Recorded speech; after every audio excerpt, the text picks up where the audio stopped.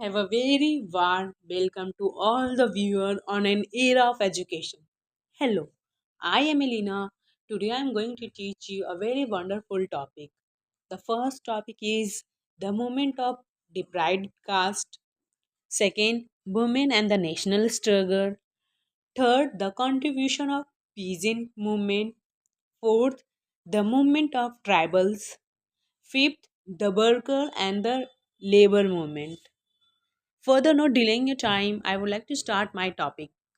First topic is the movement of deprived caste.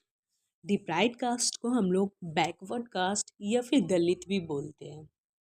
ये लोग बहुत सारे लार्ज अमाउंट या फिर एक मास मूवमेंट में इन लोग गैदर किए थे, फिर ब्रिटिशर्स के खिलाफ आंदोलन शुरू किए थे।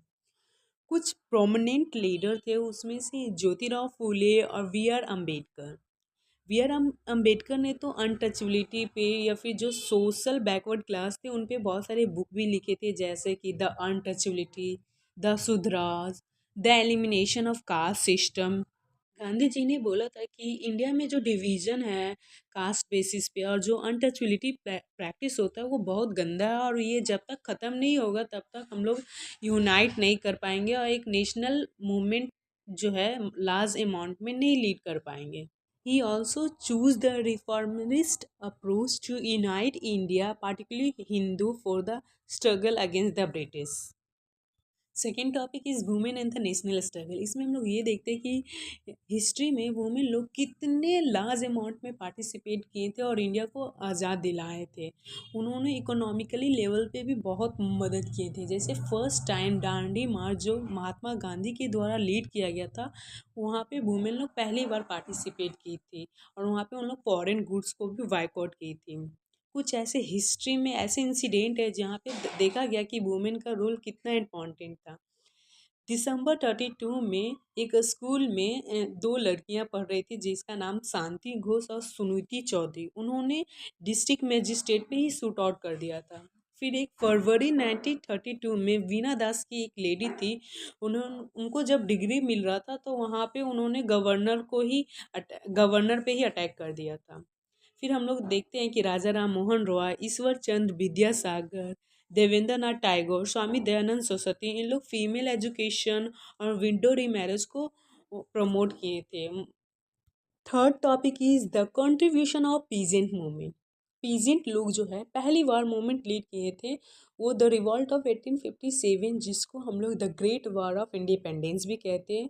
उस समय पीजेंट लोग जो है प्रोटेस्ट किए थे ब्रिटिशर्स के अगेंस्ट फर्स्ट टाइम।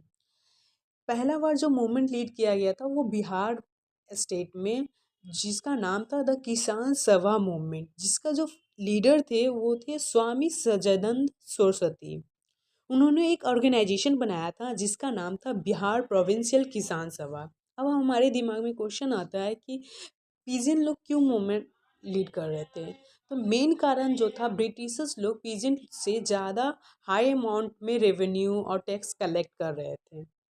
फिर गांधी जी ने बिहार में ही चंपारण एक डिस्ट्रिक्ट है, वहाँ भी उन्होंने हाई अमाउंट में जब ब्रिटिशर्स कलेक्ट कर रहे थे मनी तो वहाँ पे उन्होंने विरोध किया था। फिर गुजरात में जाके खेड़ा डिस्ट्रिक्ट में उन्होंने मूवमेंट को, पीजेंट मूवमेंट को कंटिन्यू किया था।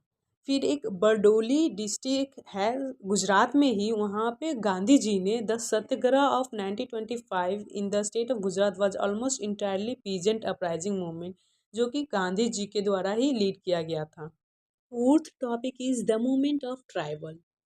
अब ट्राइबल का जो प्राइमरी उन लोग डिपेंडेंट थे वो या तो एग्रीकल्चर पे या हंटिंग पे या फिर गैदरिंग, मतलब फॉरेस्ट में जाके वो बहुत सारे सामान कलेक्ट करते थे और वहाँ से उनकी लाइवलीहुड चलती थी। लेकिन जब ब्रिटिशर्स आए थे तो उन्होंने एक एक्ट लाया था जिसका नाम था फॉरेस्ट एक्ट ऑफ 1865 में, और 1878 में उन्होंने फॉरेस्ट पे एक मोनोपोली की तरह कैप्चर कर लिया था, और वो फिर ट्रैवल लोग को अलाउ नहीं करते थे फॉरेस्ट में जाना, और वहाँ से जितने भी वो प्रोडक्ट कलेक्ट करते थे वो भी अलाउ नहीं किया किया करते थे उन लोग। तो इसके कारण ट्रैवल लोग के बहुत गुस्से हो गए थे, तो उन लोग भी बहुत लार्ज अमाउंट में मूवमेंट ब्रिटिशर्स के खिलाफ किए थे। जिसमें से दो फेमस मूवमेंट है, एक द संताल ट्राइब रिवॉल्ट जो कि 1855 से 1856 तक हुआ था, और एक मुंडा ट्राइबल रिवॉल्ट जो कि 1895 टू 1901 तक हुआ था। जो मुंडा ट्राइबल रिवॉल्ट है वो हुआ था छोटा नागपुर एरिया और झारखंड साइड में। अब हमारे दिमाग में क्वेश्चन आता है कि जब इतने लार्ज अमाउंट में सारे मूवमेंट हो रहे थे तो फेल क्यों हो जा रहे थे। तो इसका सिंपल आंसर है कि जो जितने भी रिवॉल्ट हो रहे थे वो एक पार्टिकुलर एरिया में हो रहे थे, पूरा मतलब एक साथ कलेक्टिवली नहीं हो रहे थे। जैसे अगर बात किए जाए मुंडा रिवॉल्ट का तो वो भी हो रहा था छोटा नागपुर एरिया में ही। फिर पीजन का जो रिवॉल्ट हो रहा था वो मात्र बिहार में ही हो रहा था। और दूसरा उनका था कि लैक ऑफ यूनिटी उन लोग में नहीं था। फिर जो टेक्नोलॉजी एडवांसमेंट थी ब्रिटिशर्स के पास, वो टेक्नोलॉजी एडवांसमेंट इंडिया के पास नहीं था। Fifth and the last topic is the worker and the labour movement. इसका जो फाउंडर थे नारायण एम लोखंडे। तो हमारे दिमाग में आता है क्वेश्चन कि वर्कर और या फिर लेबर लोग क्यों मूवमेंट लीड कर रहे थे। तो जब ब्रिटिशर्स लोग आए थे इंडिया में तो वो पूरा दबदबा इंडिया पे बना चुके थे, तो उन लोग अपना वर्किंग आवर ब्रिटिशर्स लोग इंक्रीज़ किए थे। 8 घंटे की जगह उन लोग 14-14 घंटे लोगों से काम करवाते थे। फिर उन लोग को बहुत लो अमाउंट में पे कर रहे थे। फिर मतलब कोई भी मेडिकल फैसिलिटीज़ की सुविधा उन लोग के पास नहीं थी। ये सब डिमांड उन लोग कर रहे थे कि हम लोग की वर्किंग आवर डिक्रीज़ किया जाए। 14 घंटा जो काम करवाते हैं वहाँ से 8 घंटा लाओ। फिर हम लोग का जो वेजेस है उसको ज़्यादा बढ़ावा दो। तो वो लोग नहीं माने थे। इस कारण लेबर और वर्कर लोग उन लोग प्रोटेस्ट किए थे ब्रिटिशर्स के अगेंस्ट। फिर सोशलिज्म और ट्रेड यूनियन आया था कॉन्सेप्ट उस समय, तो उन लोग दोनों कंबाइनली आए थे। फिर वर्कर को और लेबर का मूवमेंट को बढ़ावा दिए थे। That's all.